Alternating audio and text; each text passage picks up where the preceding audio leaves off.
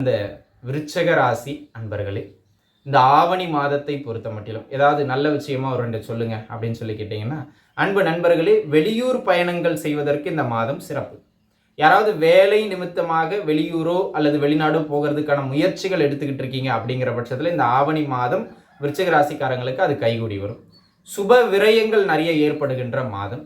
ஆக உங்களுக்கு இந்த மாதம் செலவுகள் அதிகம். அப்போ கூடுமான வரையில் அந்த செலவுகளை சுப செலவுகளாக மாற்றி வச்சுக்கிறது உங்களுடைய சாமர்த்தியம். திருமண முயற்சிகள் சில அலைச்சல்களுக்கு பிறகு கைகூடி வரும். கணவன் மனைவி உறவில் நல்ல மேன்மை பெறுகின்ற ஒரு அற்புதமான காலகட்டம். அயன சுகம் சயன சுகம்னு சொல்ற மாதிரி பயணத்திற்கும் சரி தூங்குவதற்கும் சரி இந்த மாதம் சிறப்பான சுகம் கிடைக்கும். சிலருக்கெல்லாம் படுத்தா தூக்கமே வராது. ஆனால் இந்த மாதம் உங்களை மறந்து நீங்கள் அடிச்சு போட்ட மாதிரி தூங்கிடுவீங்க. அது சிறப்பு.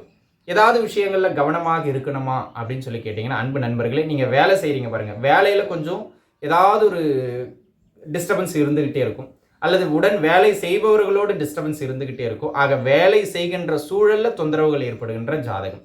2வது, தொழிலில் அளவுக்கு அதிகமான முதலீடுகள் போடாதீர்கள். விரயங்கள் அதிகமாகும், அல்லது எதிர்பார்த்த அளவுக்கு நம்ம லாபம் ஈட்ட முடியாமல் மந்த நிலை பெறதுக்கான வாய்ப்பு அதிகம். ஆக வேலை செய்கின்ற சூழலையும் சரி, தொழிலில் முதலீடுகள் போடுறதையும் சரி அளவாக வச்சுக்கிறது மிக நல்லது.